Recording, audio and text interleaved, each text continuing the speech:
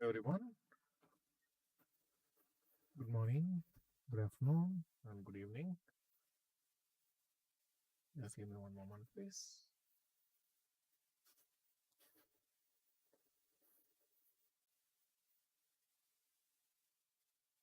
Yeah. So,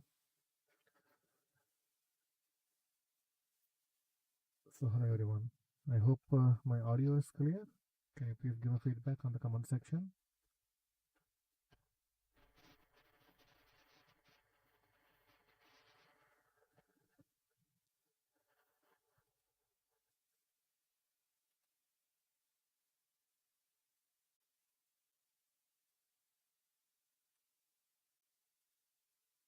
No sound.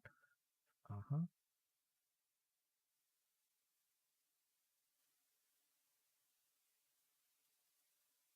Okay. So, can you please tell me if the audio is good? Okay.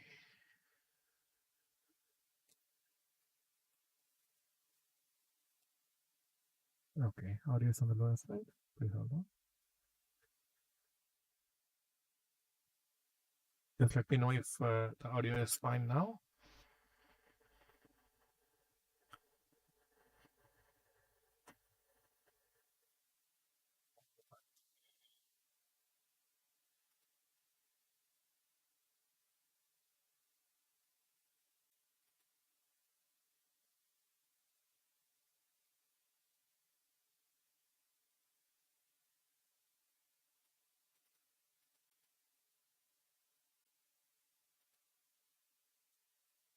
Yeah.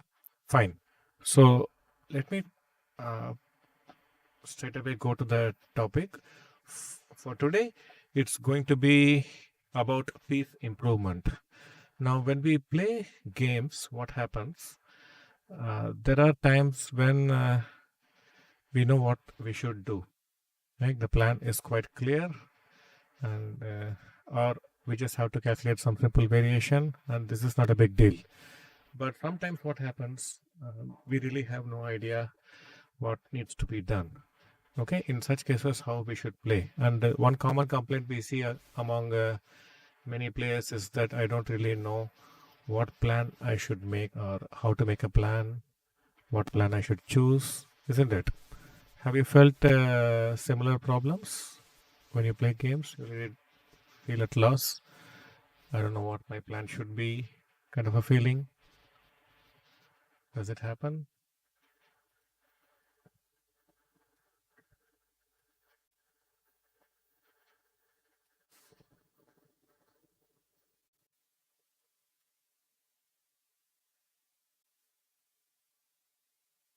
Ah, it's very electric. Okay, hold on. Is it getting better now? How about, is it robotic as well? The voice? Much better? Okay, great. Fine. So, in the previous session, we saw about prophylaxis and prophylactic thinking, right? And let me just quickly recap for those who could not attend the last session. Prophylactic thinking is you pay attention to what your opponent is doing, the other side is doing, and we realize it's not just us who are doing things. We only play half the game. And how I made it clear, like this is what we do, right? Half the game. The other half we completely ignore, or the other way. We play one half. If you're playing white, we are playing like this. If you're black, we are playing like this. And the point I'm trying to make is we're always thinking from our perspective and we are not paying attention to what the other side is doing. And what the other side is doing has a big impact on the position, right? So I know it's very early in India, 5:30 in the morning, and you could see my eyes still are a little bit sleepy because I had a late night. And so I think as we get into the streaming, we will all be active. Okay, so thanks for all the viewers for getting up so early, especially from India and attending the sessions. So I can see Daniel, my friend, is also live streaming now. So there's a lot of good chess content happening all around, and I hope you'll be able to take full benefit of it. Okay, so in today's session, like I said, we are going to talk about piece play. Okay, or the way I put it is improving pieces. Okay, how you play with pieces. Yeah, I understand. For those in the US, this is a good time, but for those of us in India, it's very early in the morning. And not only that, we have a big cyclone hitting Chennai, and we are right in the middle of it. So I hope the internet holds good throughout. And since yesterday, it has been raining non-stop in Chennai. So Lakshita is joining us from Finland, and it is 2 a.m. Thank you very much, Lakshita. Yeah, thanks. Okay, so now going back to chess, we have yeah. Hello, Siddharth. Yeah, so I'm just hoping the power will stay throughout. There were some interruptions yesterday. Okay, so now coming back to chess, there are three major factors. One is quality, the other is quantity, and time. Right? I mentioned this in the last stream. And what is quality, quantity, and time? It is the quality of the pieces and pawns we have. And the way I see now, when we are taught chess at young age, we say they say like a bishop is has 3 points, a knight has 3 points, queen has 9 points, rook has 5 points, and so on. Right? But let me put your position on the screen. I'll just keep some random area like this. Now let's say, okay. Now let's compare the two rooks. Okay. Now white has a rook on h1, but as you can see, the pawn on h2 is blocking the rook, isn't it? So we cannot say the rook is active. But look at rook on e8. There's a open file all for itself, isn't it? So in this case, black's rook is more active than white rook, and this is very clear, right? But I have a question for the audience. How many of you feel, uh, or how many of you really pay attention when you play in tournament games, whether your pieces are good or not good? The board is a little too high. Okay. Ah, yeah. I can see. Let me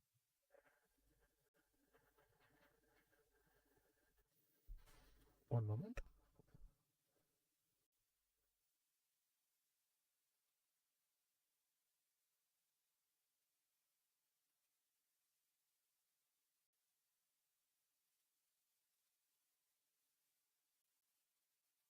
Let me get the board in the right place.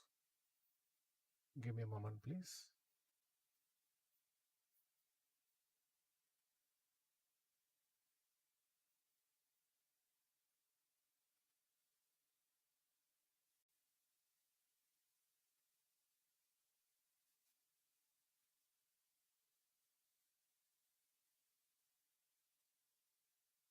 Thanks for pointing it out.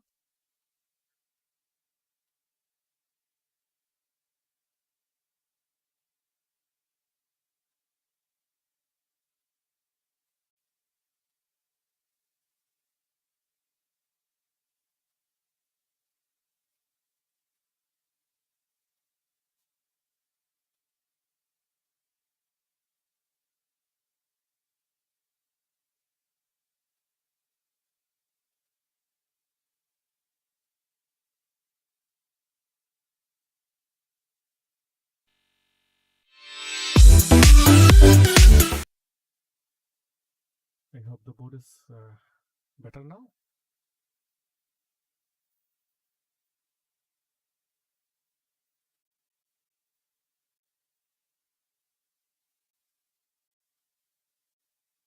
Yeah.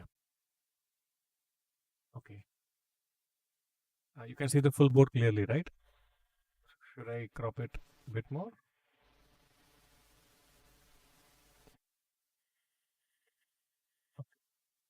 Thanks for pointing it out. Okay, so I have a question from Silent Nemesis. I see this commonly in games when the bishop is blocked in. I think Alpha Zero had a win over Stockfish sacrificing a piece. Yeah, yeah. Mm-hmm. Okay, fine. So my point is, when we are playing a game, sometimes we simply don't. One, in the previous session we saw, we don't pay much attention to what our opponent is doing to us, and we don't really react accordingly. And in this session, we are going to see that are we paying attention to how our pieces are placed. Okay, there are three major factors in a game: quality, quantity, and time. So quality of pieces is very important. That is what we are going to see today. And about quantity, we all understand it perfectly clear. If we have an extra pawn or a piece or an exchange, we feel very confident. We feel our position is good because we have extra material. But what happens is the quality of the material we don't pay much attention, and as a result, sometimes we play with some very bad pieces and we don't feel bad about it. And that's not a good thing. Okay, so from this session, you will learn that taking care of your pieces is extremely important. Okay, so I have a question from Steph Cake. Is Indian chess school different than European?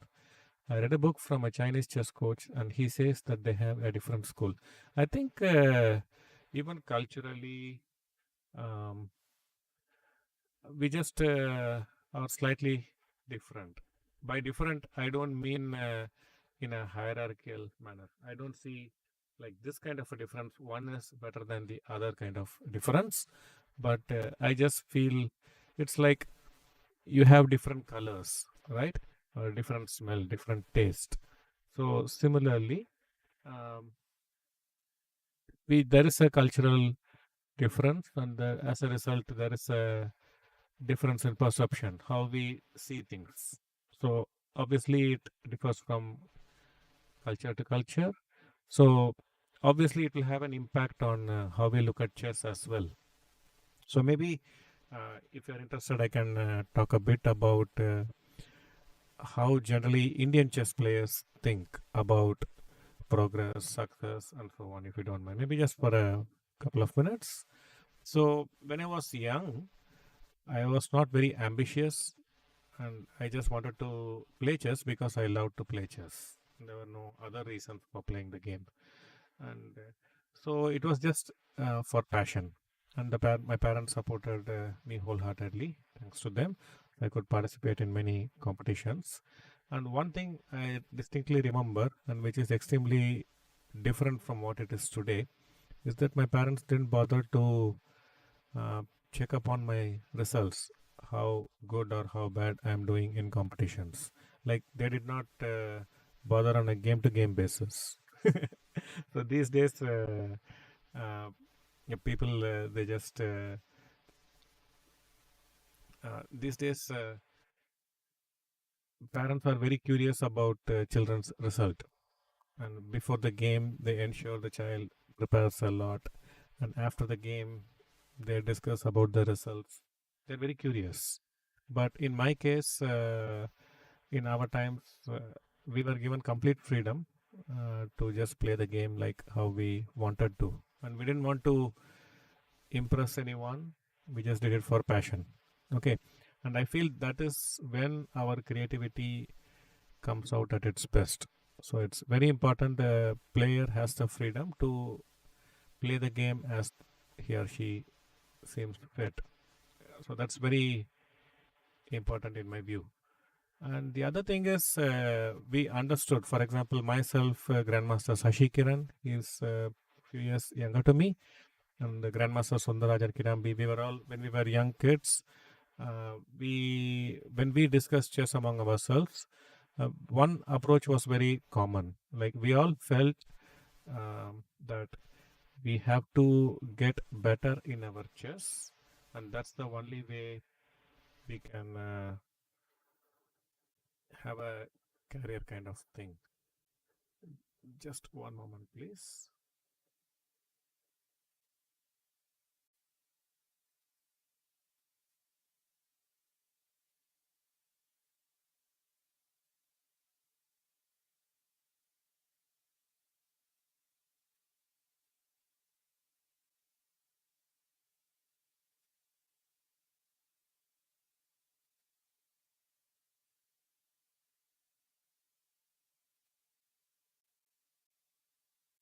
Okay, sorry about that.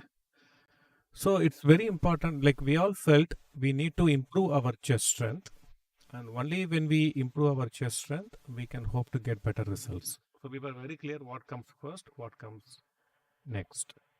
Okay. So this is very important in my view. And these days, I feel that there is a general feeling that the expectations are too high.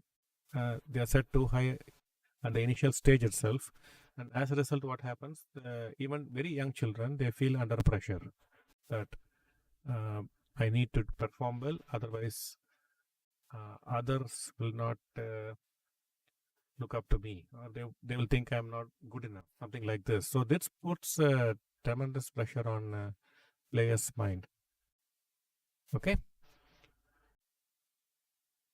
so and this is the fundamental difference I feel from how Indian players look. So generally, when I work with good Indian players, they all have the same feeling that I have to perform, I have to improve my chest strength, and for that I have to be willing to put some effort, good effort. Okay, so they don't expect things to be very easy. I have to struggle and come up in life. I have to work hard, and that's how I get better. So they are very clear about it, and they don't mind working hard. So this I feel is what defines majority of Indian players. Okay, so now coming back to the chess part. Um, okay, so now from the rook you can see that the white rook is not that strong, right? Whereas the black rook is pretty good. It's in the open file, right? Yeah. Hello, Lucas. Welcome. So, Lucas, I generally teach him online through Skype, and today he didn't know that I was live streaming, so he was contacting me for the class. Okay, so Lucas, on Thursdays Indian morning, I'll be live streaming. Thanks for joining. Okay, so this is how the rooks compare. The black rook is much better than the white rook. Now, this is obvious, but let me put it another way so it will have a bigger impact on your mind. One, now generally we give 5 points to each rook, okay? But try to look at it this way. Now, let's say one rook is bad. Now, this rook h1 is bad. Let's say currently it's we give 5 points for the rook. And the next move, you ignore the rook, you play with some other pieces. Okay? And what happens to the rook's value? It does not remain on 5. It becomes something like 4.75. Okay? And the subsequent move, you again ignore the rook, you play with some other piece. Now what happens to the rook? From 4.75, it becomes 4.5, 4.25, 4, 3.75. Do you get what I'm trying to say? So the longer you ignore a passive piece in your position, its value keeps reducing. Okay. So if the black rook is active, and let's say he brings the rook to the 7th rank, now from 5, it becomes 5.25, something like this. So the value of pieces, they keep going up and down based on the position. Okay, if they are active, then the rook or any piece value keeps increasing. If they are passive, its value keeps decreasing. So you both may have a rook each, but does not mean the position is equal. Okay, one side will be better than the other. Okay, that's very important to understand. So when you see a position, quickly pay attention to how your pieces are. Okay, so in today's session, I'm going to show what an active piece is and what a passive piece is. Okay, things hold on.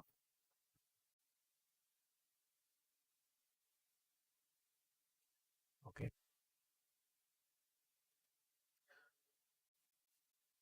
now let me put a bishop here and a rook.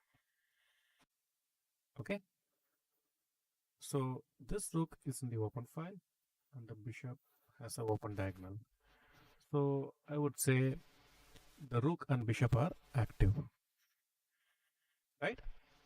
Now what I do? I take a pawn and place it here.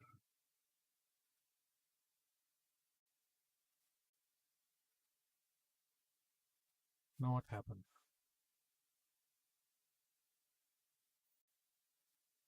Now what happens to the rook and bishop? They are not active anymore, isn't it? So they are all hemmed in by this pawn. This one pawn makes the rook and bishop passive.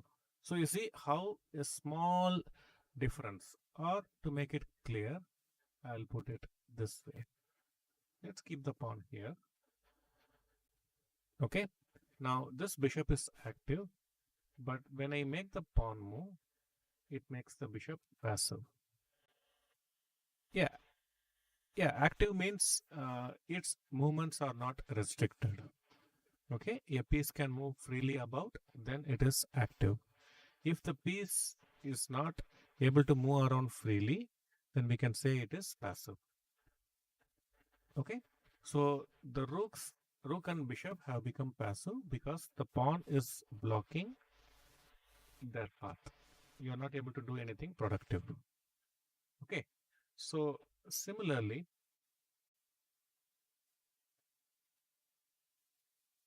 now let me move it one step to the left.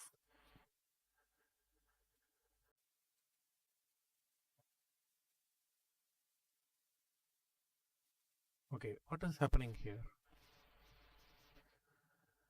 So here also the bishop and rook, their path are blocked by the e4 pawn, but it is slightly better than the previous case, isn't it? With the bishop g2 and rook f1 and bishop g2 and rook e1. Now it has little more breathing space. So this is slightly better than the previous case. So in the previous case, we can say the bishop and rook were, let us say, somewhere 75% to 100% passive. Okay. In this case, it is somewhere like 50 to 75% passive. So it is still passive, but level of passivity decreases. So similarly, let me move the rook one step to the left further and see here. Now, also the rook and bishop are passive, but this is even slightly better than the previous two cases. So here maybe the rook and bishop are 25 to 50% passive. Okay, so now you understand. So the passivity, it's not the same. Okay, some pieces are more passive, some pieces are less passive, some pieces are like 50-50. So for our understanding, let us have three categories of passivity. One is like 25 to 50%, the other is 50 to 75%, and 75 to 100%. 75 to 100% is worse to have. So we can call it any piece in this category, 75 to 100%, we can call it the worst piece. Okay. And the other is a bad piece and a passive piece, something like this. Okay. So now from this three examples, what is common among the three is the bishop and rook were blocked by our own pawn. It's not like opponent did something to make our rook and bishop passive. It's what we did made them passive. Okay, so we harmed our own pieces, and it's a stupid thing to do, isn't it?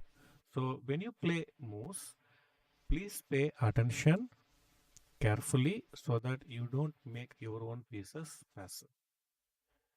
Got it? So especially when you make a pawn move, make sure you are not blocking any pieces path with the pawn. Okay, if it does, then we are making that piece passive.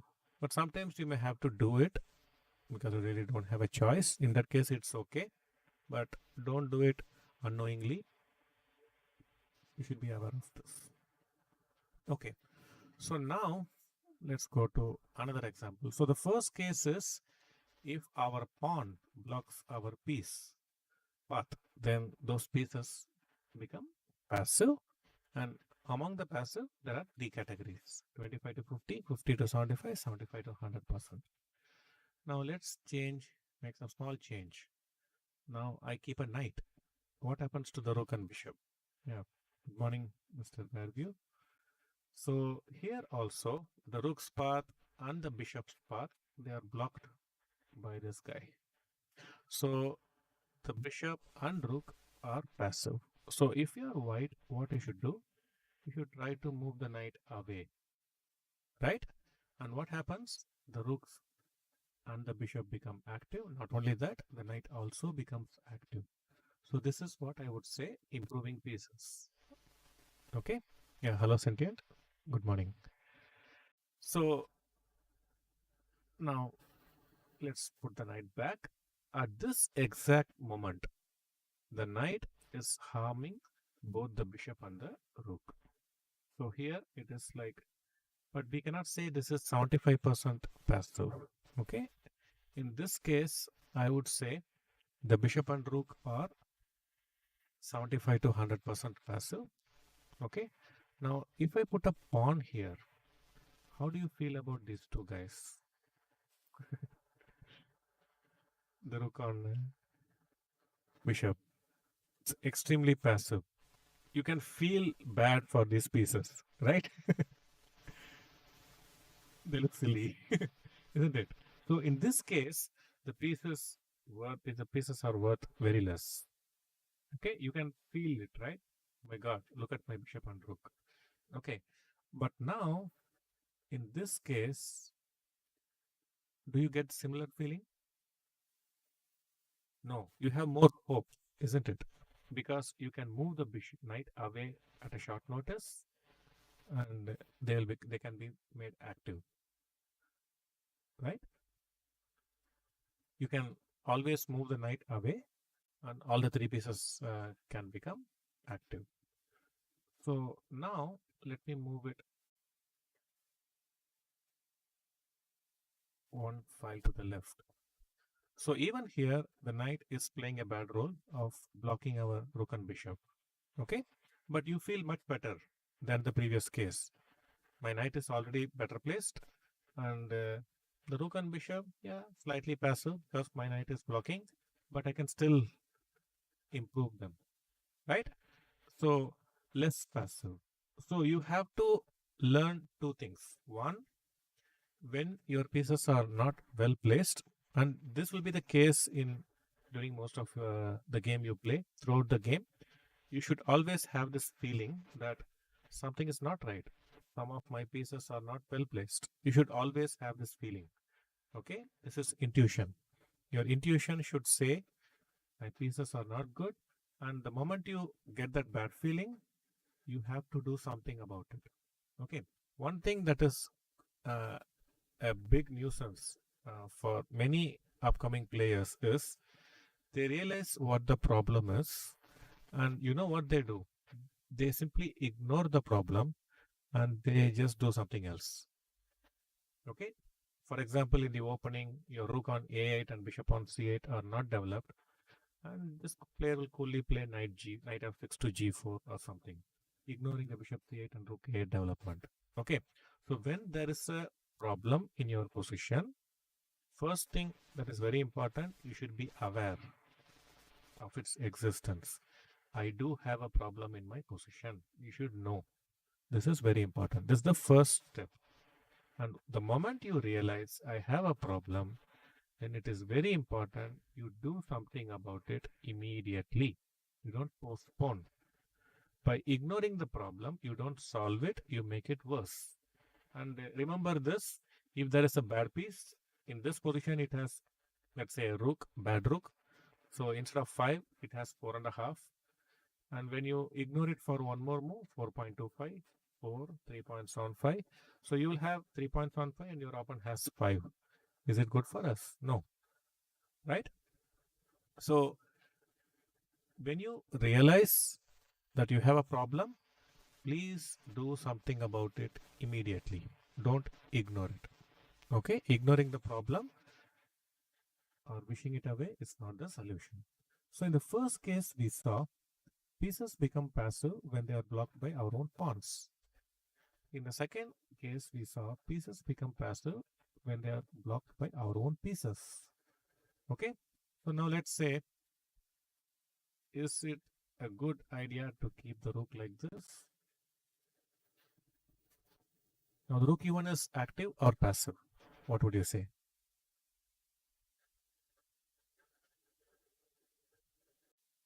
Yeah, silent premises. I will come back to that. The rook is passive, okay, because the bishop is blocking its path. Okay, but before this session, how many of you would feel if you have something like this where you have a rook and bishop, that your rook is passive? Many of you would have felt that your rook is not well placed or it's passive, or you would not have noticed it at all.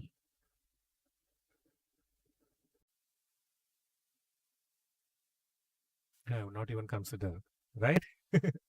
Yeah, that it is passive.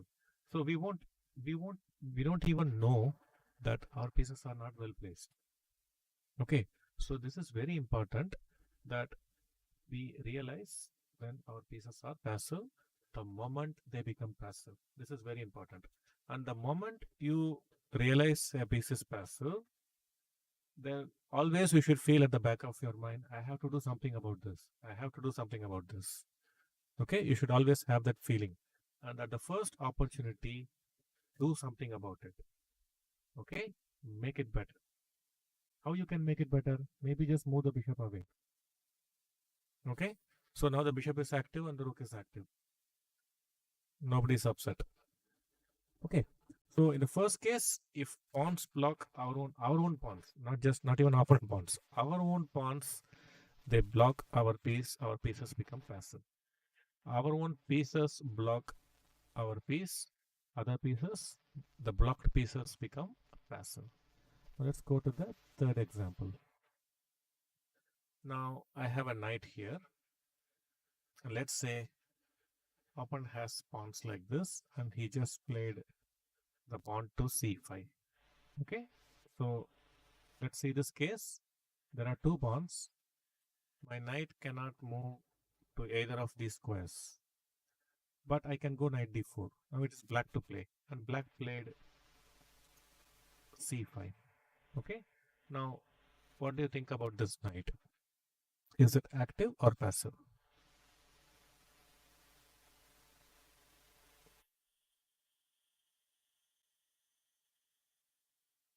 Knight is passive, right?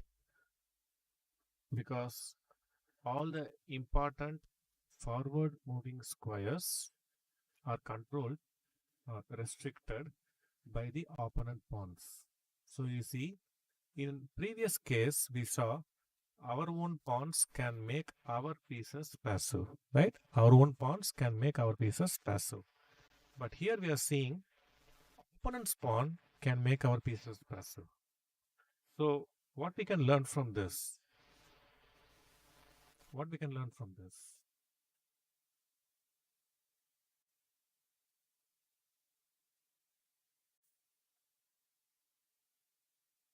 From everything we should learn something. That's very important. We should just not hear and forget. It should have an impact on how we think. So please watch out for opponent pawn moves. Whenever your opponent makes a pawn move, ask yourself, does it have a negative impact on any of our pieces? Make sense? Okay, whenever your opponent makes a pawn move, just look for 1 or 2 seconds. Does it have a negative impact on any of my pieces? If yes, you should have that feeling. This piece is passive. This piece is passive. I should do something about it. That background music should start already in your mind. Understood? Okay. Now, in this case, the knight is passive not because of our pawns. The knight is passive purely because of opponent's pawns. Okay, the position of opponent's pawns, they restrict our pieces. Okay, so now Bhavana is asking a very important question. But how can you say the knight is passive? I can go here, right? So generally, this is a very important observation. One thing you have to learn, this is also very important. Okay, the pieces should generally move forward in majority of the cases. Now, whatever I'm teaching, they're all logic, common sense. You can relate to it, right? And you can say they are principles. Okay. Now, there are two things. One is principles. On the other side, you have the rules. Now, it is not good to break the rules, right? You'll be punished by law. If you break law, you'll be punished by the authorities. But the principles are what you believe in. You believe to be correct. They are not rules. They are different from rules. You have an option. Okay, so microphone to my left. Is it better now? So when I turn around, it still is the same.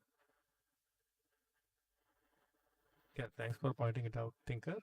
So I'm new to live streaming, so I'll learn along the way. That's it. Okay. Okay. So I'll stay close to the mic.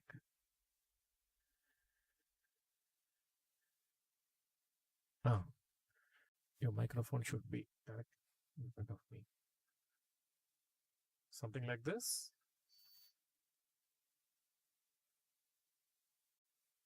Is it better? Okay, fine. So it's just odd to speak to your mic, into your mic, if you know what I mean. Doesn't feel natural. So when I take classes to my students, it's like free flowing. I can move my head around.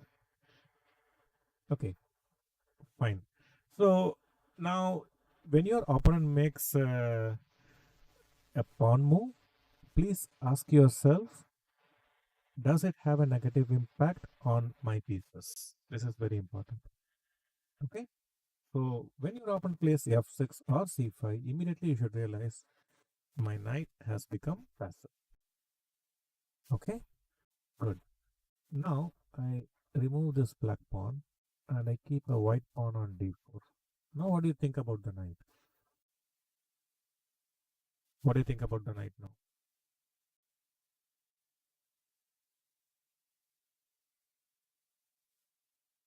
Passive. Why?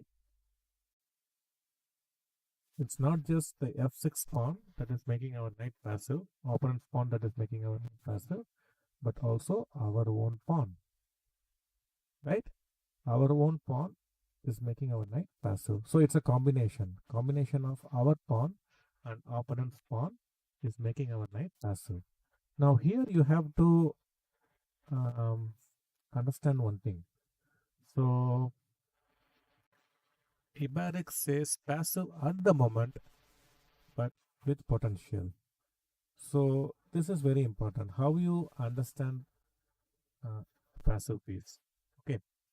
Now, currently, let us say if I am hungry now, it simply means I am hungry now, isn't it? And when should I eat? I should try to eat as quickly as possible because I am already hungry. Okay. But on the next room, let's say there is plenty of food available. So you can say there is a potential for me to have something to eat, right? But the food is still in the next room.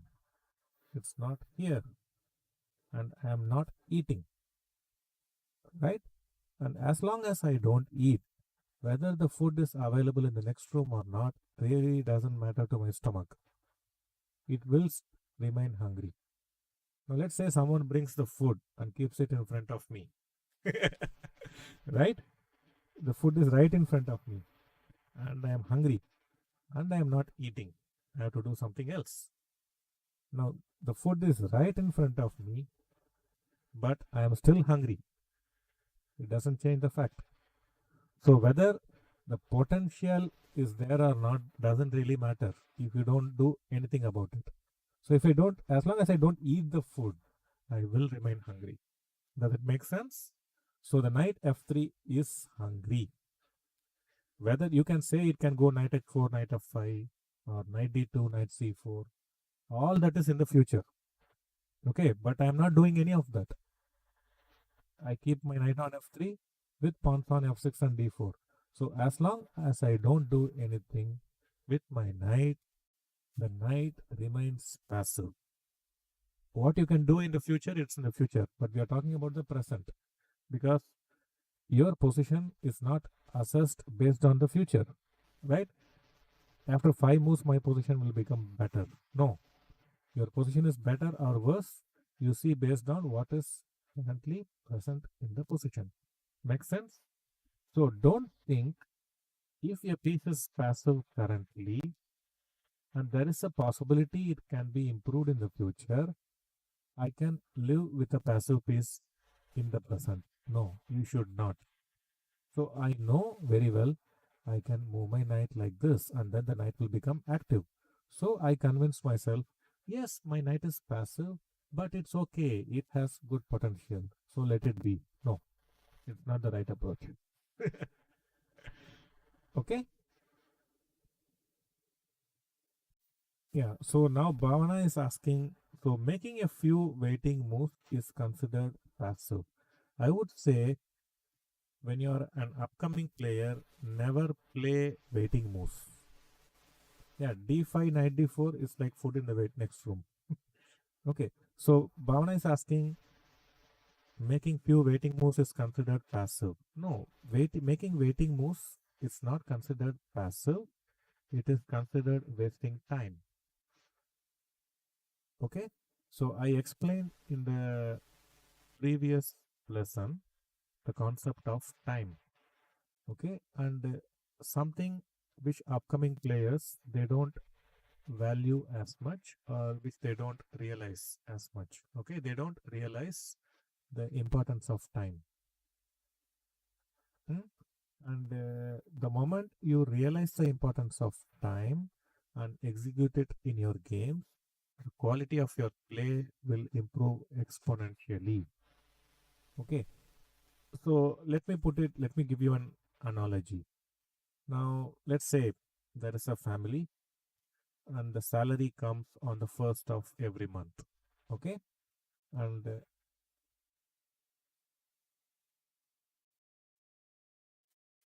you get the air expelled also, like my breathing and all, you can hear it. So I'm staying a little away from the mic. Does it make a better impression? Is this better now, or should I come closer? So that's why I felt maybe I keep it somewhat in this angle. You don't get to hear me breathing. Now it is way worse. Okay, fine. How about now? Okay. Okay. So fine. Um, so let us uh,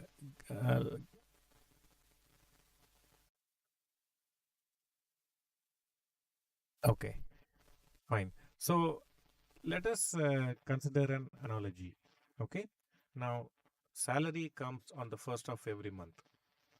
Okay. And when the salary is come, let's say the parents, so if you're a child, your parents are discussing the budget, okay, how to spend this money for the family for the next month.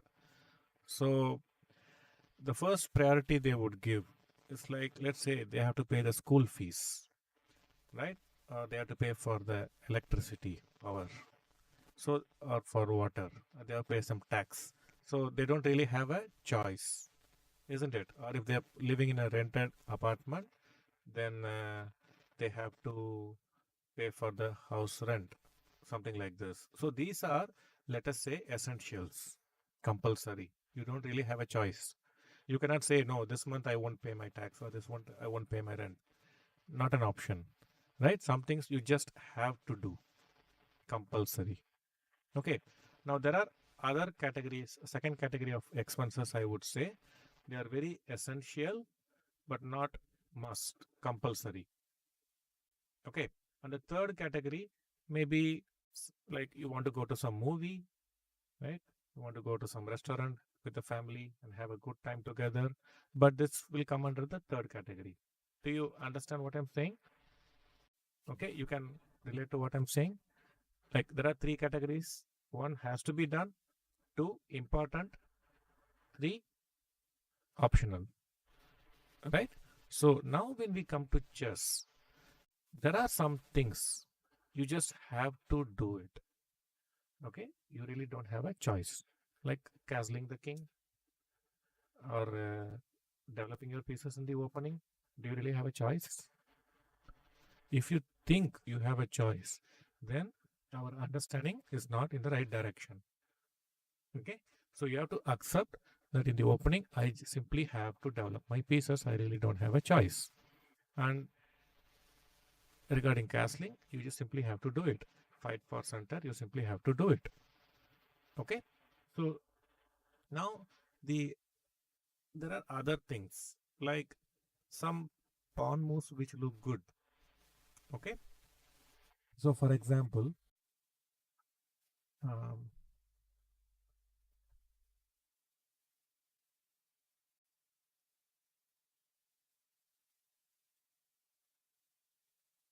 okay, so let's see here. I'll just show one example. Yeah, I will get a pop filter. Okay, so I remember one player played something like this. In this position, one player played the move a3. Now, how essential this move is, in which category? So, category A is like some things you simply have to do it, you don't really have an option. Category B, yes, they are important, it will be good to have them. Third category, it's like luxury, not really required now, maybe later, not essential. So, this is the third category. So, this is a third category move. Do you agree? Okay. So when I asked the child, why did you play this? And the child replied, but my opponent is threatening to play b5, b4. Okay. So at least after playing b5, if white plays a3, I can understand. You're trying to prevent b4 and attack the knight, right? But even before b5 comes, the player is so scared of the opponent's idea and the child plays a3. Not good. It's not luxury, it's simply wasting time. Why a3 is bad? Because it wastes time. Okay, what has to be done is not being done. Okay, and something else is being done. And when you do that, it is waste of time. Does it make sense? So let's say I'm very hungry. The food is right in front of me. Not now, when I'm taking the class. Okay, so yeah, it's too deep prophylaxis. So he's seeing ghosts. Yeah, that's a good way to put it. So I'm hungry now, and the food is in front of me, and I'm doing something else. Okay, so I'm wasting time. I should simply eat my food. So because it has to be done now. So this type of moves upcoming players play a lot. Okay, this should be avoided. Okay, don't play any move which can be played later. Okay, don't play any move now which can be postponed to later. It can be done later, then better to do it later. Okay, this I cannot do it later. This I have to do it now. Do it now. So if you have some work which needs to be done immediately, some work which I can do later, then I should not start by doing a work which I can do later. I should stick to the job which I have to do now, right? So instead, what the player should have done is, instead of playing a3, maybe just castle would have made more sense, because this had to be done, right? So this is very important. Don't waste time on moves which doesn't have to be done immediately. Okay. So now the next is,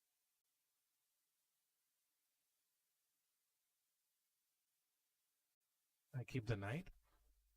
So we saw this example here.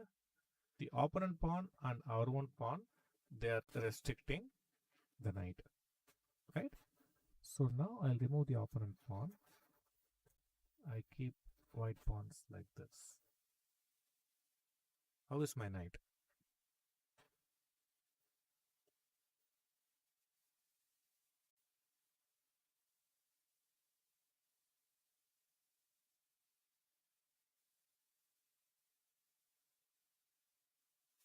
Passive.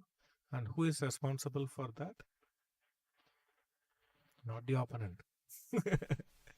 Right? Opponent didn't do anything to make our knight passive. It's our own making. Right? So we put the pawns and made our piece passive. Right? So this type of moves, things we should not do to our own pieces. Okay? So don't make your own pieces passive by blocking their path with pawns. So a knight, if you see, it's a special piece. It is usually restricted by pawns. Okay, knight is usually restricted by pawns. It doesn't really matter our pawn or the opponent pawns. Okay, so opponent's pawns can restrict our knight. A combination of opponent pawn and our pawn can make our knight passive, or our own pawn simply can make our knight passive. Okay, so don't do this to your knight. The moment you realize your knight is passive, immediately do something about it. Move the knight away from that square, or move the pawns, give the knight some breathing space. Okay, so let me. So the first category, blocking our own pawns can make our piece passive. Our own pieces can make our pieces passive. A knight can be passive if it is restricted either by our pawn or opponent pawn. Okay, so 3 reasons why a piece becomes passive. Now let's see the fourth. Now let's say I have a queen, I have a pawn, and the opponent has a rook somewhere. Okay, now my queen is good, it's active, right? It has no restrictions, it can move about freely. But now let's say black plays rook b8. Now what has happened to my queen? Has the rook move had any impact on my king?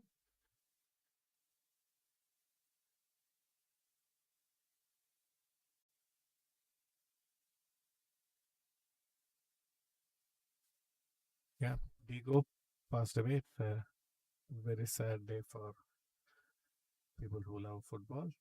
Great player.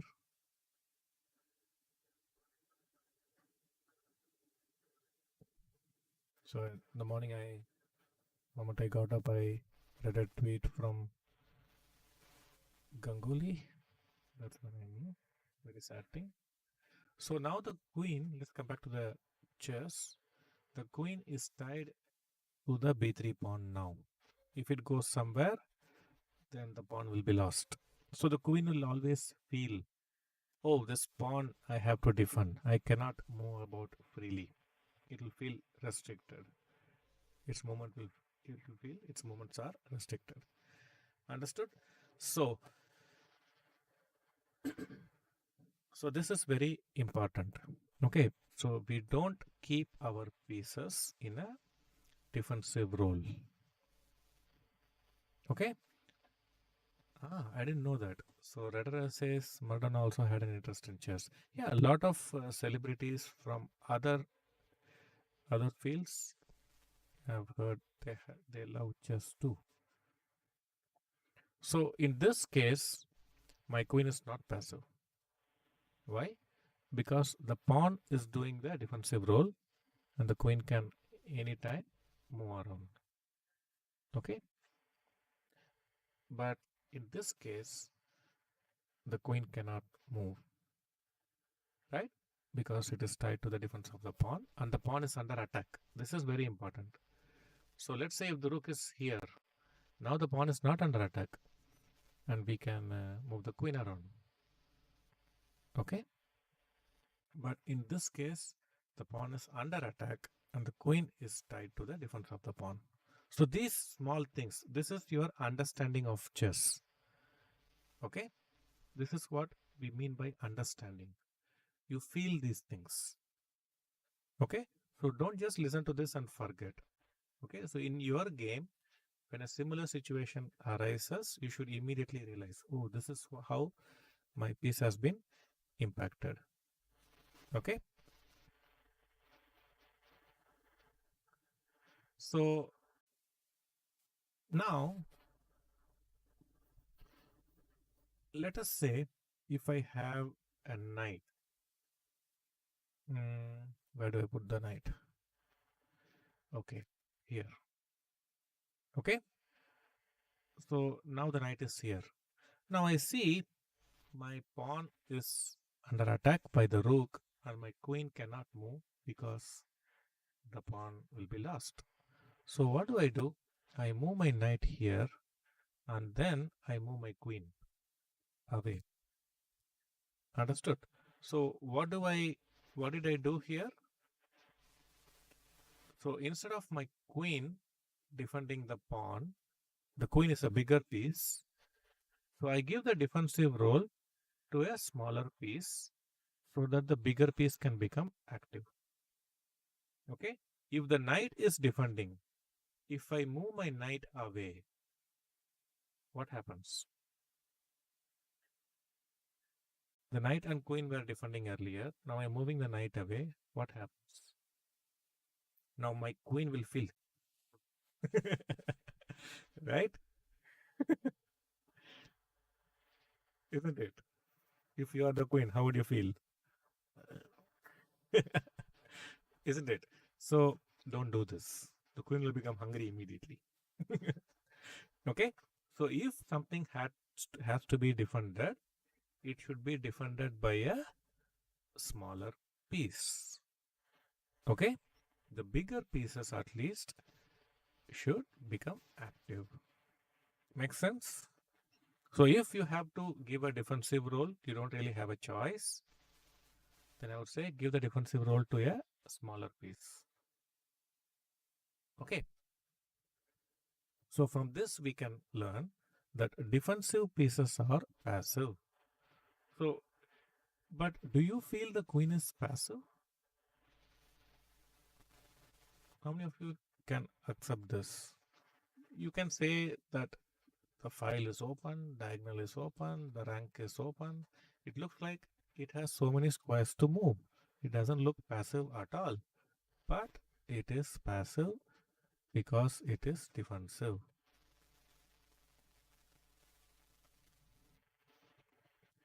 Okay, it's like I'm slightly hungry, not very much, but it is getting there.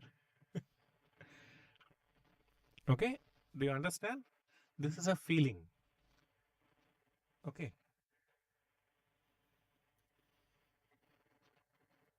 now let's go to the next situation.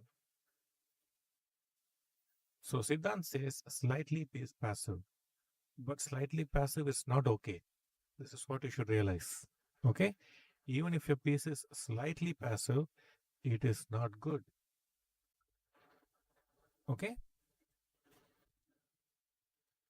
ultimately our aim is none of my pieces are passive.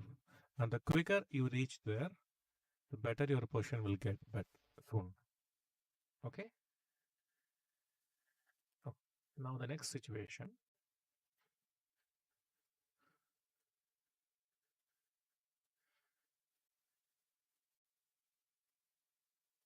Oh, sorry. So in this case, now how is the white knight? How do you think the white knight is? I'm experimenting. Ah, control. So how do you think the white knight is? Active or passive?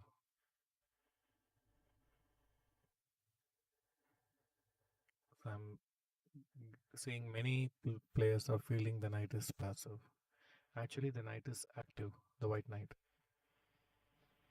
The white knight is active because it is an attacking piece.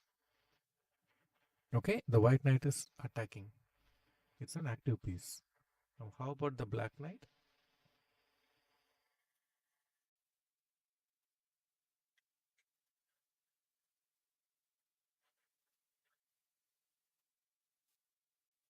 It is passive. Okay, because it is defending. Okay, so white knight is active because it is attacking. Black knight is passive because it is defending. We already saw defensive pieces are bad, right? And our knight is attacking. Now, if black plays d6, what happens to our knight?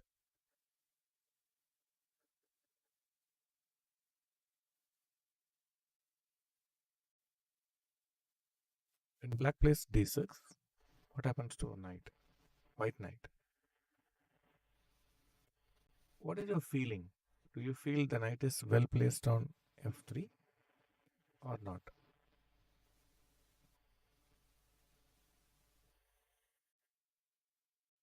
Yeah, hello Kate. Thanks for joining. Welcome to the show. So, this knight on f3, or how many of you are confused? How many of you are confused now? I don't really know whether the knight is active or passive. So I said here the knight is good because the knight is attacking a pawn and the black knight is passive because it is defending. But now d6, what is happening to the knights? My knight, they are active or passive? I'm confused. Okay, so here the knight is passive. It is restricted by these pawns. Okay, the knight is passive because it is restricted by the pawns. Or I'll put it another way. I'll make it even more clearer. Now I keep a white bishop and a black bishop. I keep a white rook and a black rook. Now, how are the white pieces? I'm sorry. How are the white pieces? They are active or passive?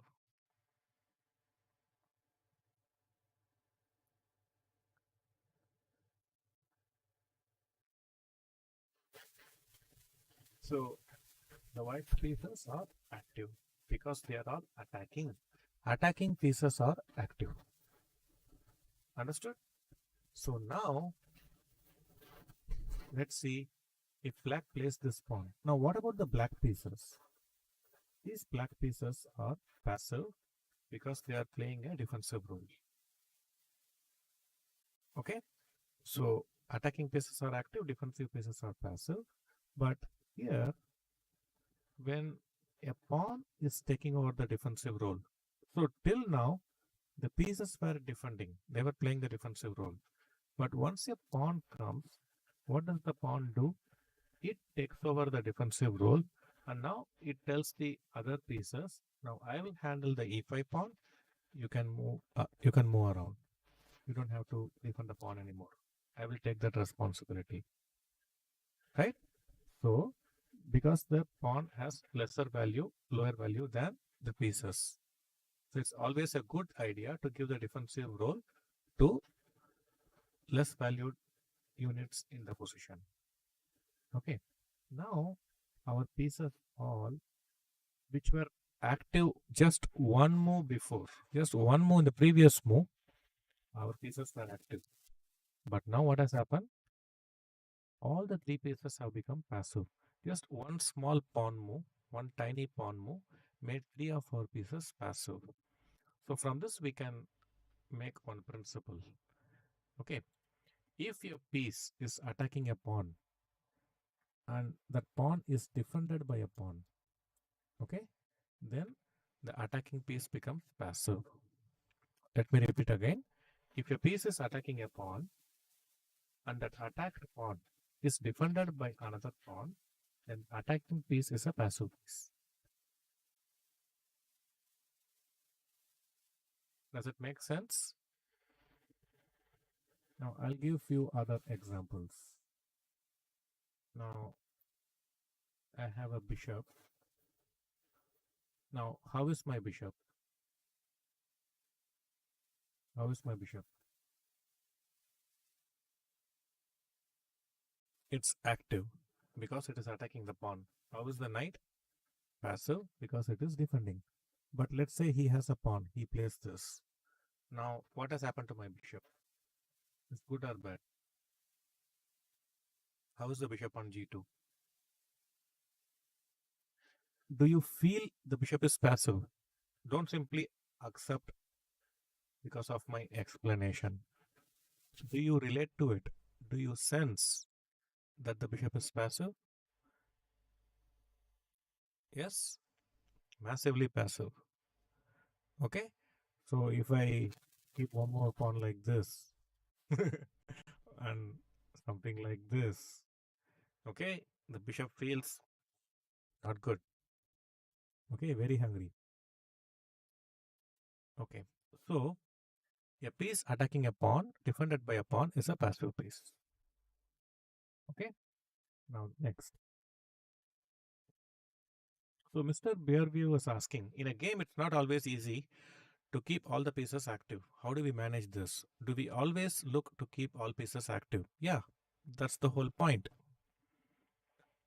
Okay, if there are two children in a family and the parents should try to put both of them in the school, right? You cannot say, I have too many children, only one child I'll send to school.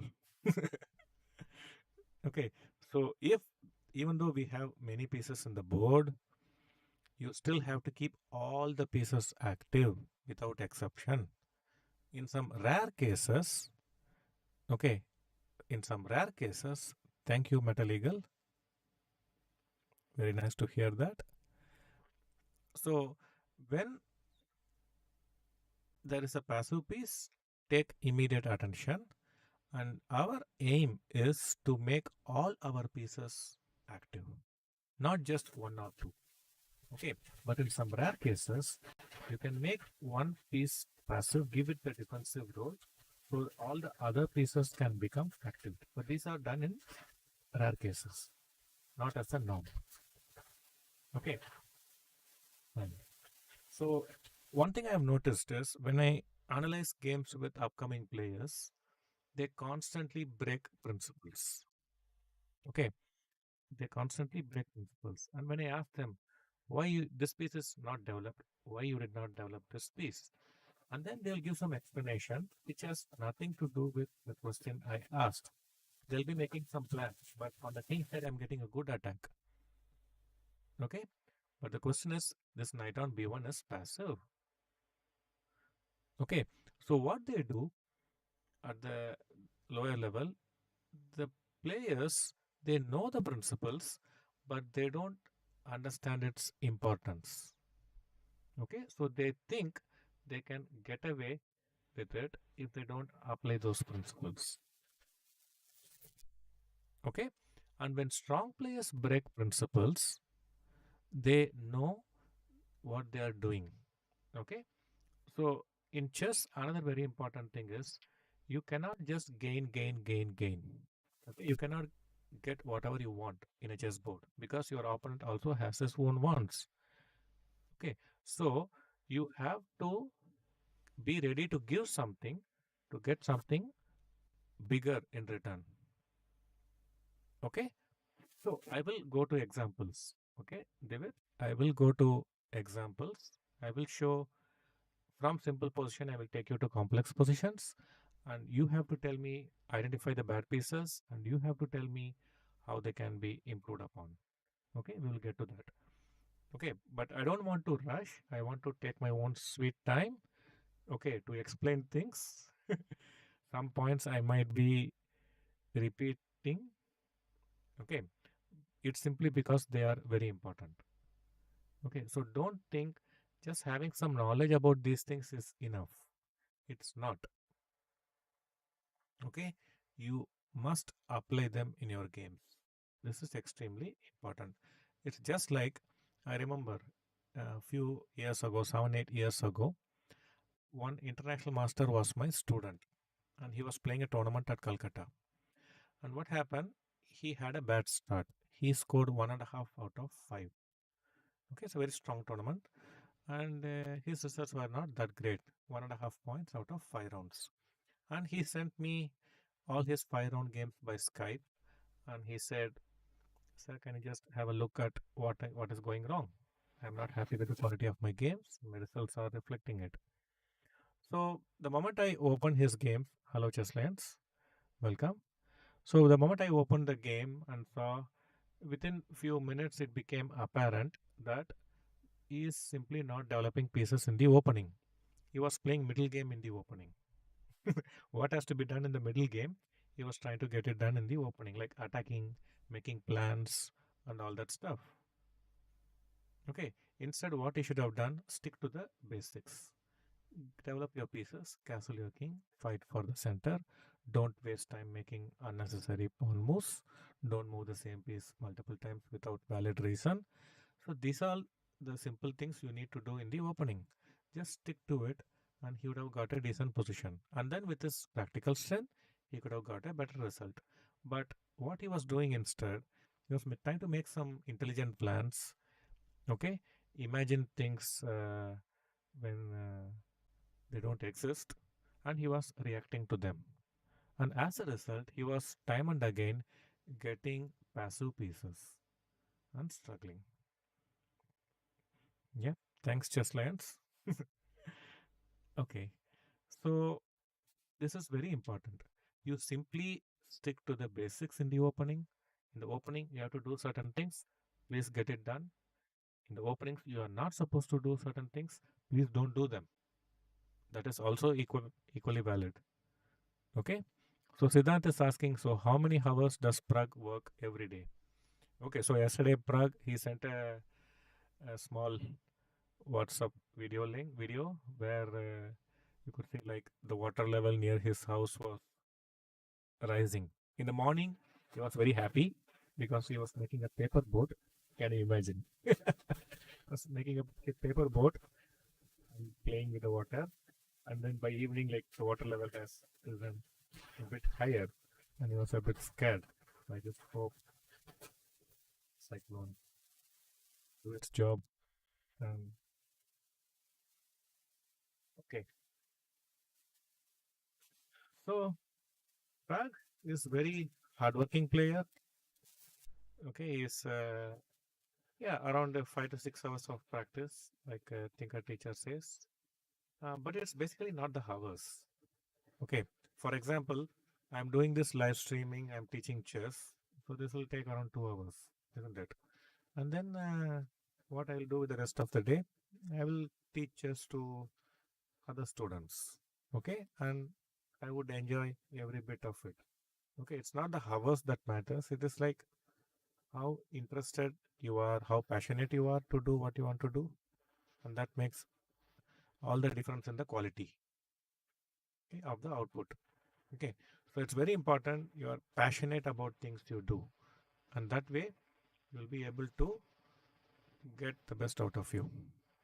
Okay, so just like in chess, it's not just the quantity which the lower rated gives importance. The higher rated players give more importance to quality and time. Okay, quality and time are more relevant. Okay, so now Let's go to the first example and try to apply what we have learned. Okay, so now I'll start setting up positions, but the first position will be very tough. I don't expect anyone to find, but it is very beautiful. So I'll start with that. Hmm, I'm not getting the position loaded. Why? I'm trying to load the position. It is not loading.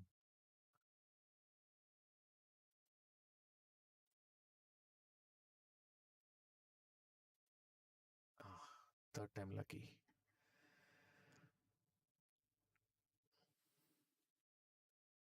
Yeah, hello, Mr.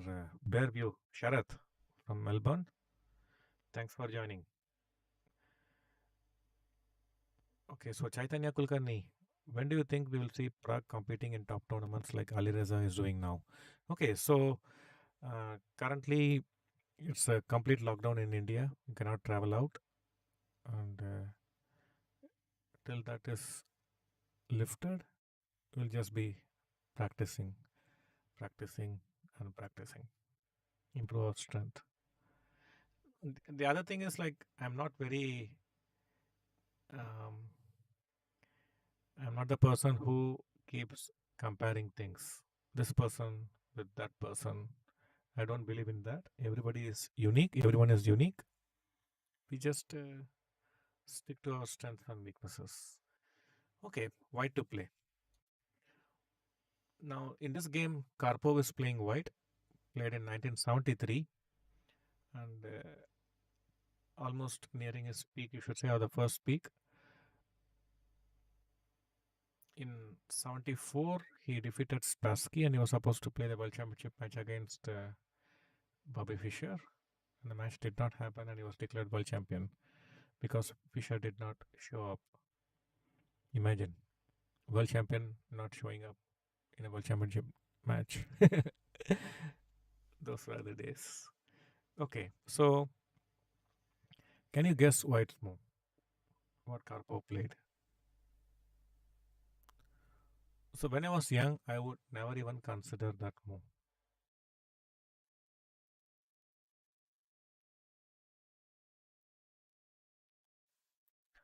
Mm, Bishop F1 has been suggested. Ibarix and Siddhant, they like Bishop F1. Okay, so I have to press OK. What is that? Leave it. Okay. When I loaded the FEN, you mean? Okay, get it. So many of you feel the bishop G2 is passive. Okay, and you want to move the bishop away, right? And so bishop F1 is one option, and rook E3 to E1. So these are the options which thinker teacher feels has to be done. And Jaivir says rook F1. Now you know why. You want to play F4? So Jaivir says rook F1. Probably he means you should do F4. Okay. So some people say rook is C3, but the bishop is there. You can grab the rook. So no. You don't have to become desperate. Okay. So don't become desperate when you have a good position. You should become desperate when you have a bad position. Makes sense, right? So there is something called scanning technique, okay, which I usually teach my students. So maybe I will try to teach that. Maybe I will do it in some other class and in the future. Okay. So let us stick to this because we don't have much time, only like another 45 minutes or so. So let's learn um, the improving pieces part well. So the moves that have been offered, like Harish, and also thinker teacher like Rook B3, Bishop F1, Rook E1, Rook F1, Queen A7. These are the moves that have been suggested. So anyone else want to suggest any other moves apart from these moves? The highlighted moves on the board.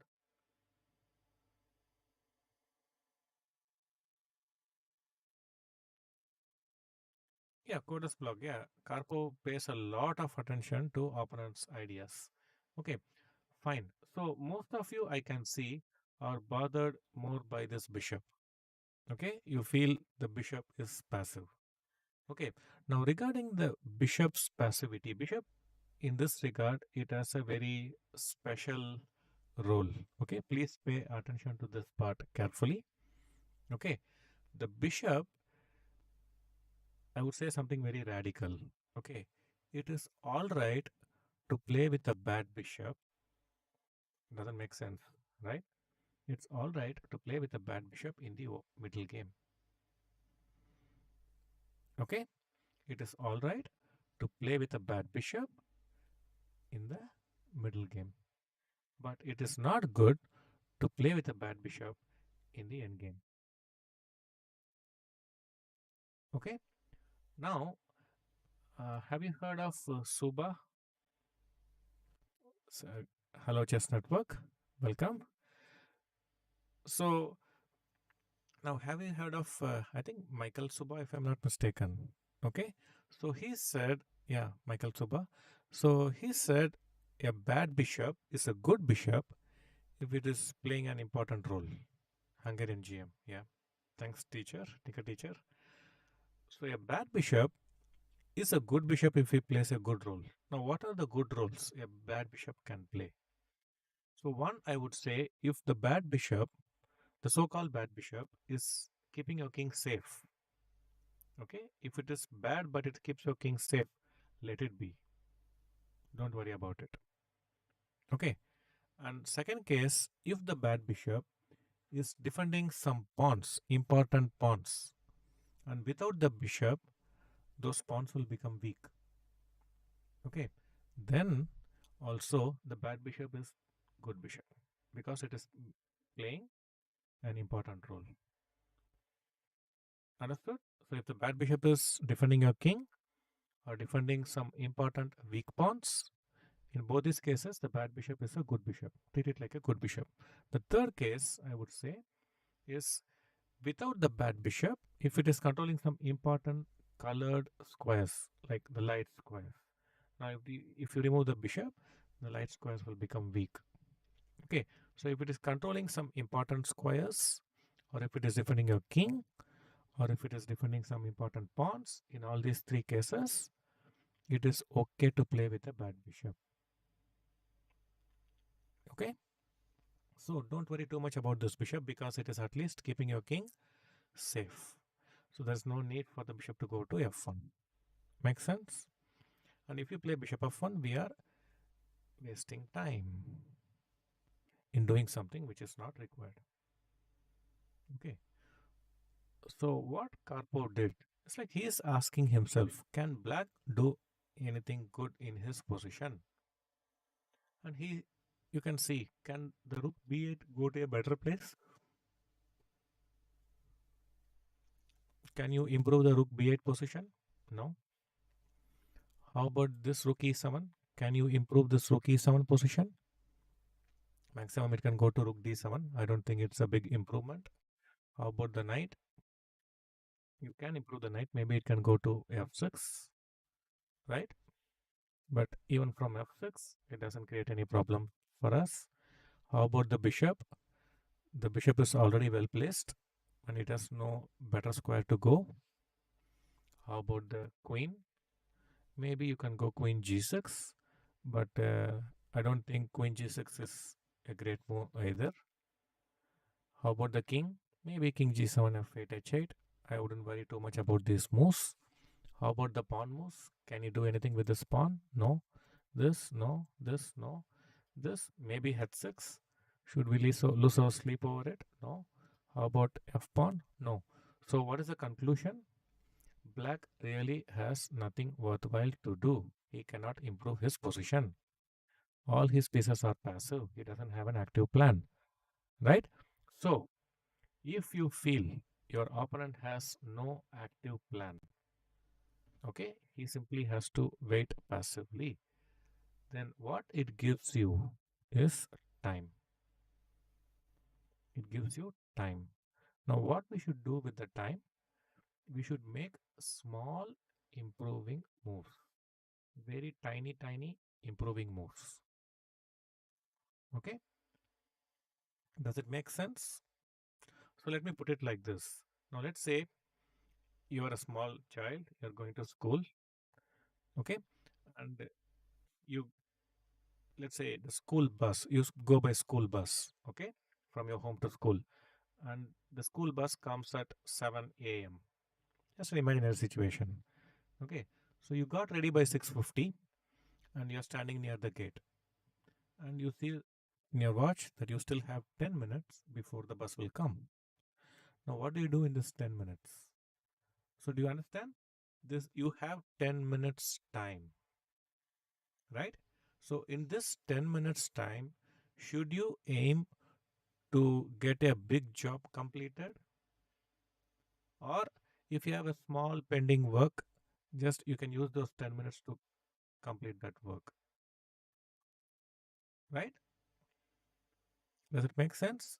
So what you should do when your opponent has no active plans, when your opponent cannot improve his position drastically, it means you have time. Now, with that time, what you should do, you should not try to achieve something big. You should not commit yourself to a big plan. Okay? But instead, what you should do, make some small improving moves. Okay? Yeah, good morning, Suryan Sharma. So, some players are waking up in the morning and joining the session. Welcome back. So, those of you who missed the earlier part, you can always go back and watch the videos. And if you like these lessons, please spread the word around so more can join the classes. So Karpov played, he played Bishop B4. Okay. Now it doesn't really make sense, right? How does this improve the position? How many of you feel BB4 is actually improving the bishop's position? Is it an improvement or a waste of time? What's your opinion? Yeah, sentient. One session I will exclusively do on book recommendations. So Silent Nemesis says, I didn't understand how it improved anything. Okay, so let's see. No, he doesn't want to go to B2. So black played Queen G6. Now, does Queen G6 threaten anything? Not much, right? And now you see what he did. He played Queen to A7. Now, where the rook can go? The rook goes here. Now, what you can do?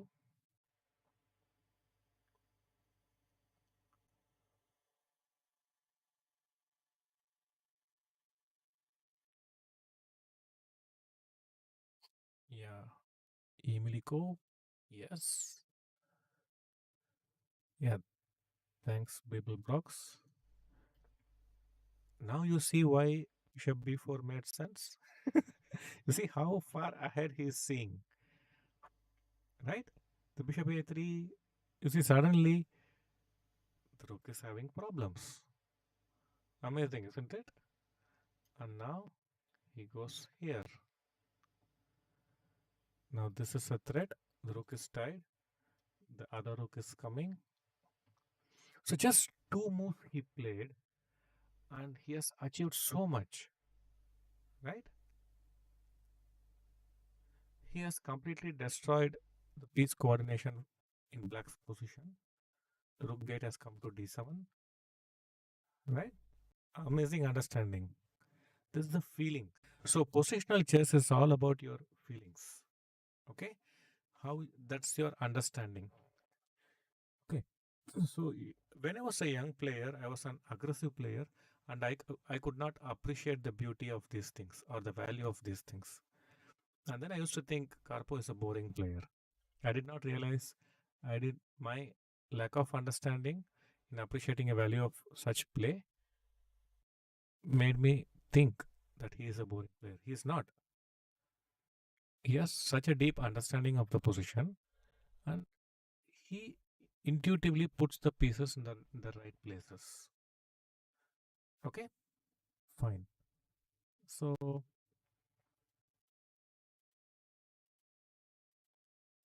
So silent nemesis is asking, what if you had played knight of 6? Maybe you could simply take the pawn. The drawback of knight of 6, right? At least he can win. Fine. So let's go to the next position.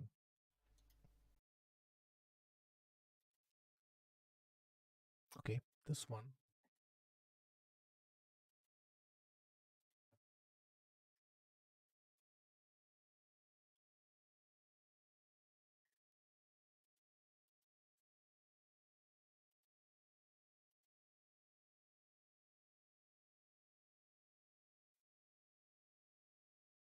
Yeah, I too wish I was as boring as Karpov. What is that?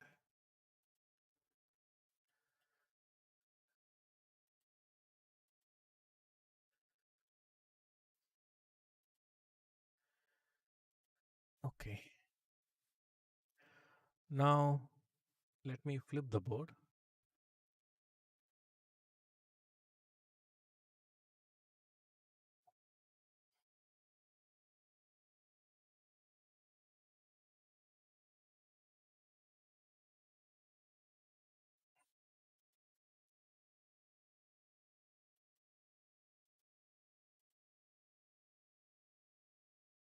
So how do I flip the board here?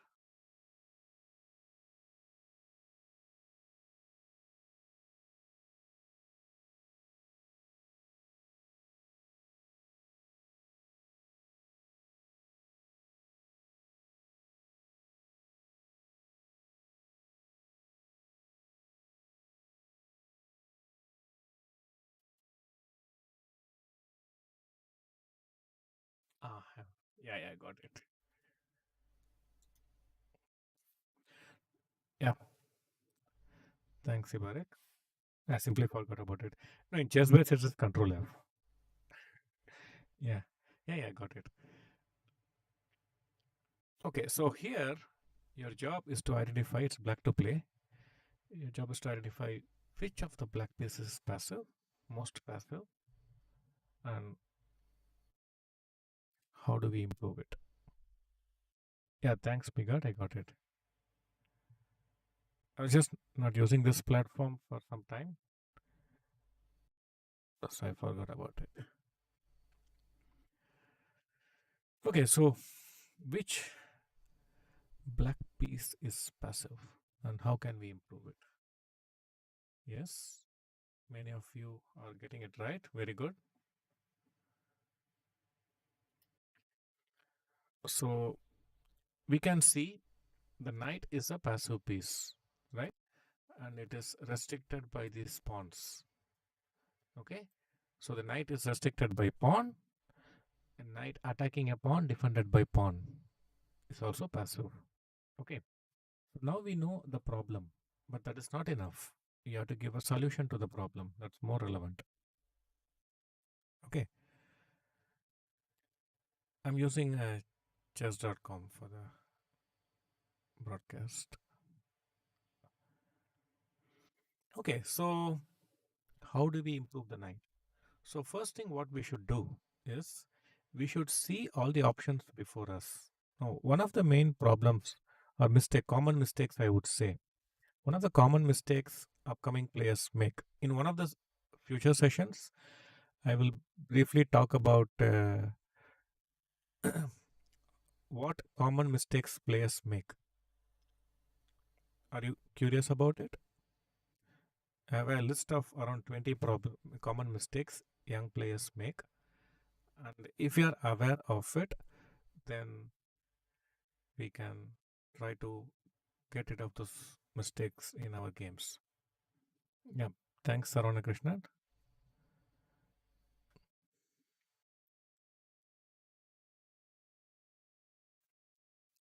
So, probably in the next session, I will talk about it. Okay. The common mistakes upcoming players make and why, the psychology behind it.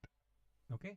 And then once we know it, we can try to avoid them in our games. Okay. Most of the time, our quality of game is not good. It's simply because our priorities are not correct and we don't think correctly. because we have some incorrect priorities, and that leads us to take incorrect decisions. So if we set the priorities right, and for this we have to make some changes internally, and once that happens, you'll see your game quality will improve drastically. Okay, so the first thing you have to realize, a strong player, how he thinks. Okay, how a strong player thinks is, a curious kid, I really don't know how to do that. Okay, so um, I just started streaming. This is my third stream, so I'm not well versed with the technicalities.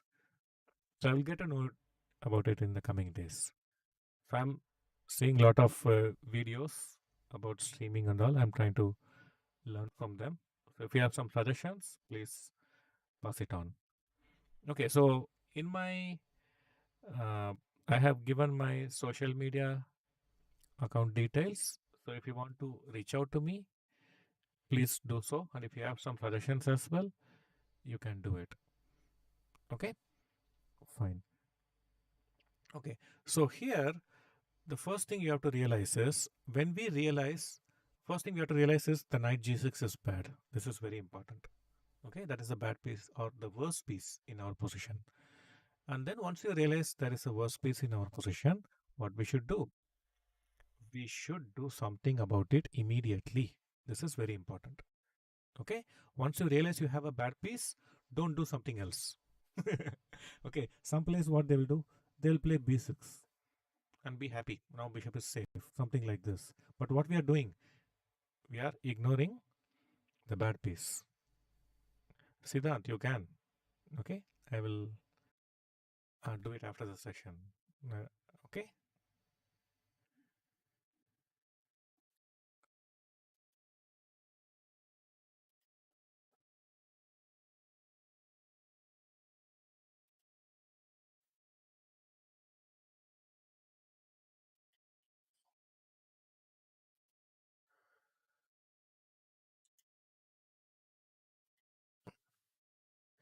Okay.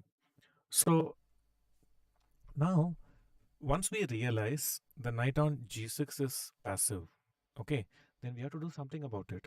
And something about it should not be later, it should be now. This is very important. Okay, the longer you leave a bad piece in a bad square, it becomes even worse. And when one piece becomes worse and worse, okay, then it affects the whole position. Okay, if you have a bad piece, it affects the whole position, not just that piece alone. Okay, it affects the whole assessment of the position. So the first thing, it's already done. We have one bad piece. Okay, and the other thing is, now how do we improve it? On this step, we first have to see what are our options. So you could go either knight f8 or you could go knight e7. Both are possible, right? Then this is the thing which many young players miss. Please pay attention to this. Okay, so what happens is, when there is a bad piece, you want to move it. What young players do, they emotionally take a decision. So let's just move the bad piece to a different square. So they think, in this square it is bad. So if I move it to any other square, it's already an improvement. Okay. But this is not the way you should think. What you should do is, when you see a bad piece, you see what are the options available. Okay. And if there is no option, only one possibility is there, simply do it. But if you have possibility, I can do A or I can do B, then what you should do, then you should compare A and B. Okay. So I can go knight e7, I can go knight f8. Now be patient, don't take a impulsive decision, and ask yourself, okay, from knight e7, where can my knight go? If I have good access to squares from there, or if 97 itself is good, then you stop it right away. But if you feel 97 is still not good, but from there, if I have access to other better squares, you go knight e7. But you can also consider, you should also analyze knight f8 and then see, from knight f8, do I have better possibilities, or from knight e7 I have better future? Okay, so what do you think? E7 or F8?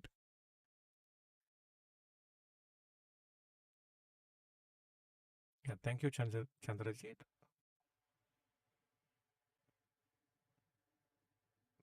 Thanks, Chandrajit Rajavat, for your comment. Very happy to know that. I didn't know I had such influence. Okay, so knight F8 was played. Okay, so this is called a maneuver.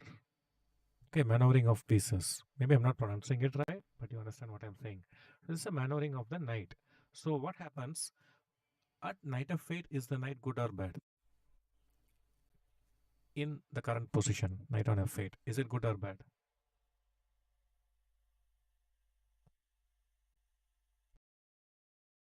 Do you think knight F8 is good? Good square? Currently it is bad. Currently it is hungry. Right? But you are hoping you will be able to play something like this. But it is only in the future. You are hoping. It may happen, it may not. Both are possible. You should realize this. Okay. So, what we can also learn is when you are improving a piece, there are two possibilities. One, there is a bad piece. You take it to a good square in one move. So, this I would call it as improving piece. Okay. So, if there is a piece in a bad square, you move it to a different square and the piece becomes good. I call it as improving pieces or piece improvement. But if there is a piece that is bad in the current situation, it goes to another bad square and then finally it goes to a better square.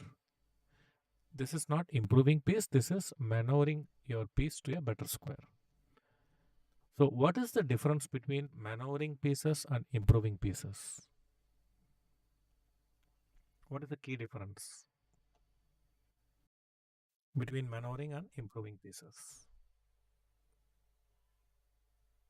Am I confusing?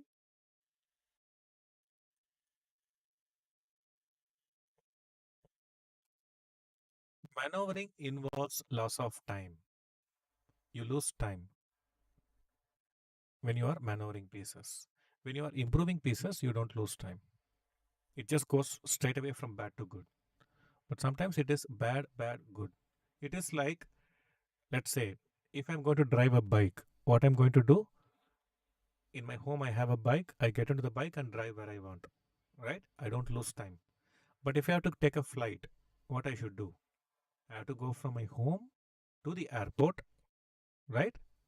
And then I get into the flight and then I go where I want, right? But I'm wasting some time in the process where I'm going to the airport because my journey has not yet begun. Something like this. Okay. So in maneuvering, there is always a loss of time. So now the next question should be, can I maneuver in all kinds of positions? You should not. Because in open positions, if you are maneuvering, in open positions, the value of time is more.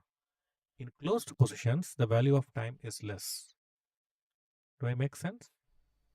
In closed positions, what you do, it won't have a major impact on the position.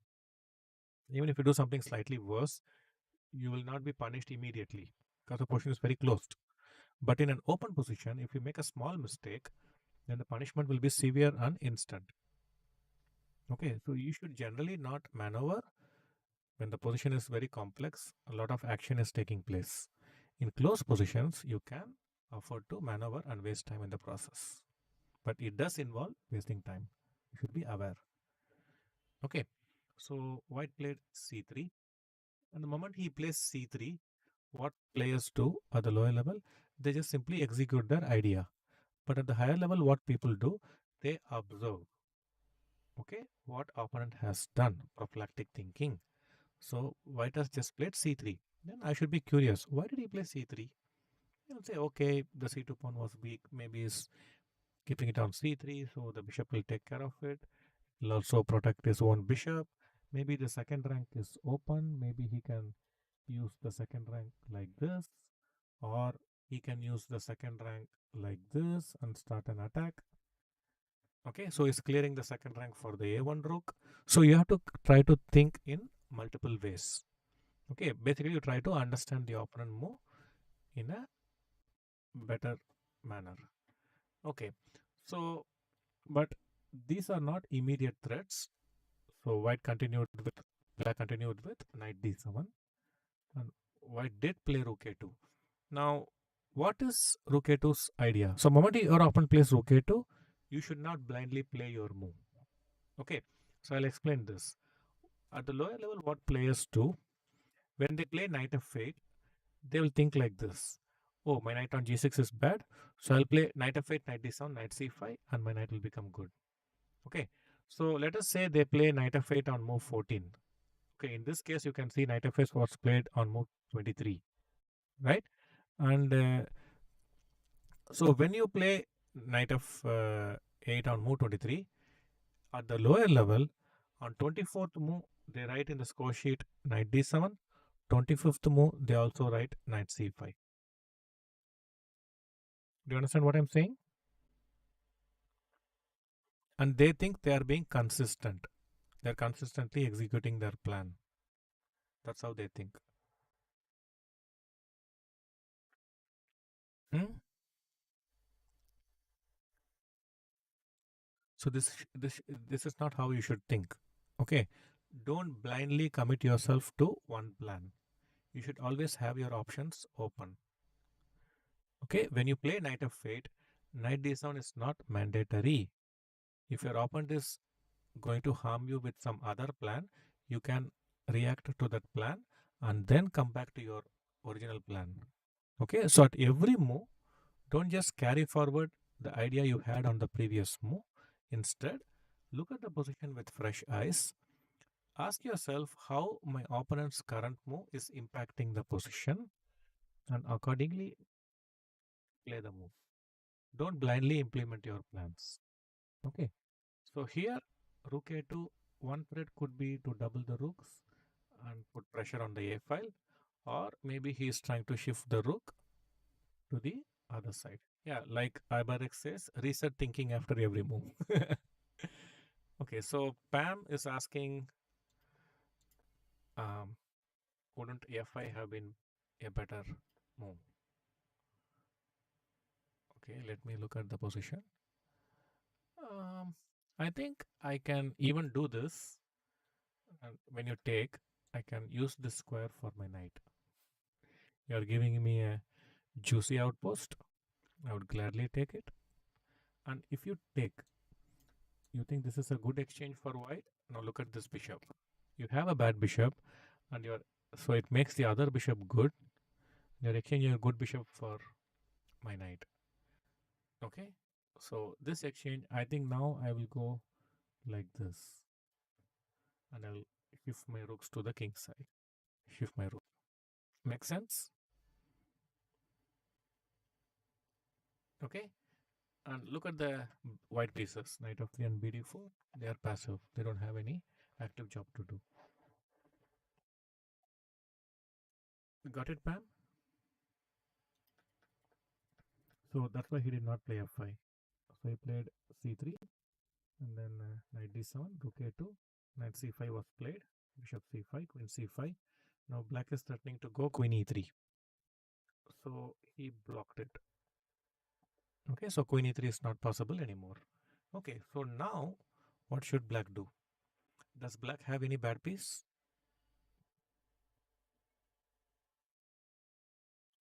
Okay. So Pam, maybe you should see some games where black plays f6 in these structures, e5, f4 structures. Maybe you should see some examples where black plays f6. So if the center is closed and you don't open the center, then your opponent can get kingside attack. Okay, so you should try to open up the center somehow. Don't keep it closed forever. So can you find a way to improve any of the black pieces? Yeah, Harish, very good.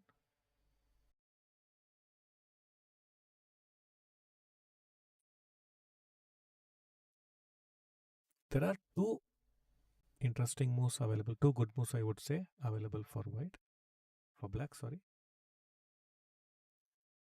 So Siddharth Nair is suggesting bishop c3. This is also interesting. Yeah, chess Fabregas.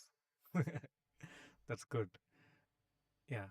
So bishop c3 has been suggested. This is a quite a interesting idea. It shows an alert, sharp mind. Very good. So now the point is he has to take queen c3 to defend the knight. That is why he took rook a8 first. Now the knight is defended. So Siddharth probably stopped here his analysis. And he thought, okay, the queen has to move somewhere and then I can just take this. Okay. Ah, Harish. Okay, you're Neeraj. Okay, I got it. Neeraj? Good. Okay, there are so many. I'm getting confused. So this is where he stopped. But white can actually play knight b3. And now you could take the pawn and say this is bad. But white has a beautiful move, which is rook a1. Instead of defending the knight passively, okay, he is going for counter attack. The point is, if you capture, mate. Beautiful, right? So this is the refutation. This is the refutation for the knight bishop c3 idea. Okay, but it's a very important variation, and I'm glad to see that many of you found bishop b6, and someone found knight e3 as well. Is that? I saw the move knight e3. Yeah, think a teacher. So these two are the best moves in this position. Okay, one is knight e3. Now you are putting pressure here, and this is a threat. Yeah, Bauna attack, Baun attack later. So he's threatening queen d4, cd4, rook c1 mate. Okay, so knight e3 is a good idea. bb6 is also good. Okay, so here if he doubles the rook, which is natural, you take, and when he takes, you can again go knight e3 with a threat. Not easy to defend the pawn.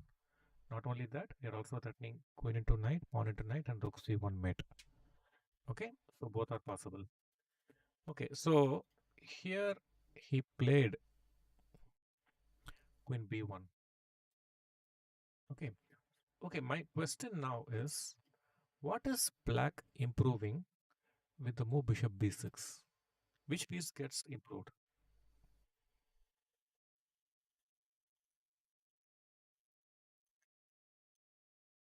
Thanks, Radar.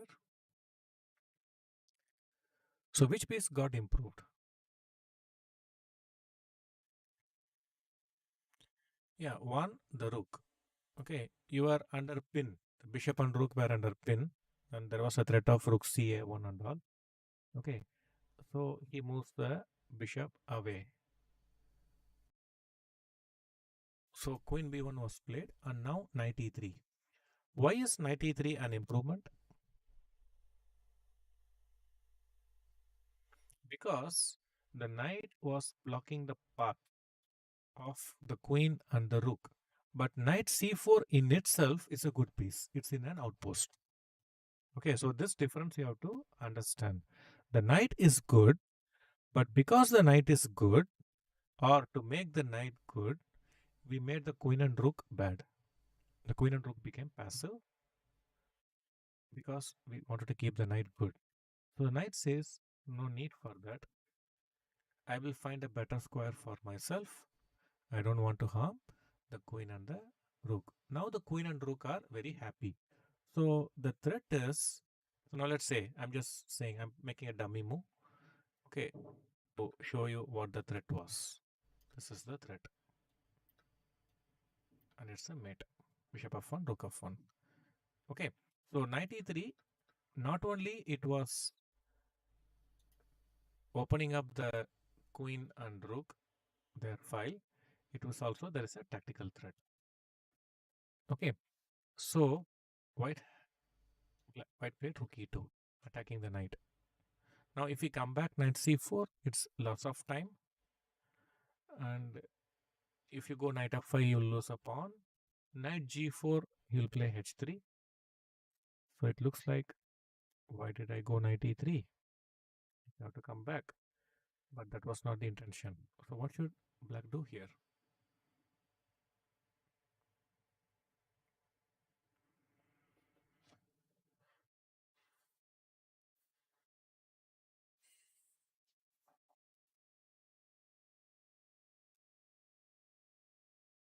Yeah, Siddhant, very good. Anyone else? So he went queen a3. Okay. So there is something very important we can learn from here. At the lower level, when a piece is under attack, their whole thought process will be how to save the piece. Okay, how can I save the piece? But you can also do active defense. I call this as active defense. When something is under attack, you don't immediately react with a defensive move. Instead, you go on a counter attacking mode. So if rook e3, you can take bishop d4. And when the rook moves, you win the pawn. Okay. Now with queen a3, we are also threatening rook c3 immediately. So there are two threats. One is rook c3 winning the pawn. The other is bishop d4. So Tota is asking, why not rook a3? Rook a3 is also good. But when I play rook a3, I'm improving the rook, right? But when I play queen a3, I am, how many pieces I am improving? I am improving the c8 rook and also the bishop, right? So you should always compare things. Okay. In this move, I am getting A, B, C done. With the other move, I am improving some other things. And then you weigh both options before you and you take a decision. So queen a3 looks pretty good to me. And he played knight b3. Only way to save the c3 pawn. Okay. Now this, yeah, thank you, Thinker teacher. Have a good time.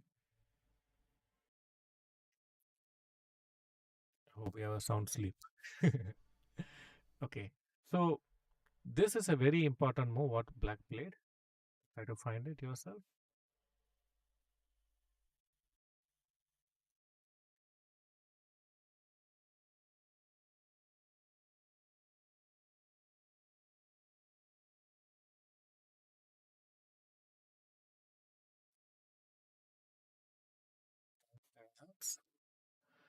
So how do we improve the position further?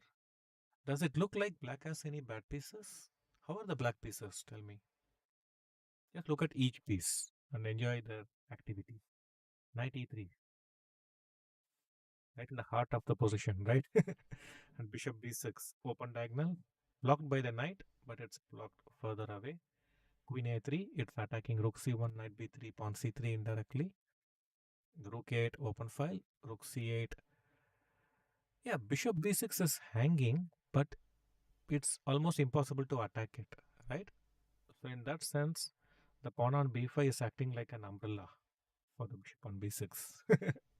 So the bishop is safe. You don't have to worry about it. So the point is, uh, hello Siddharth from US. Well done.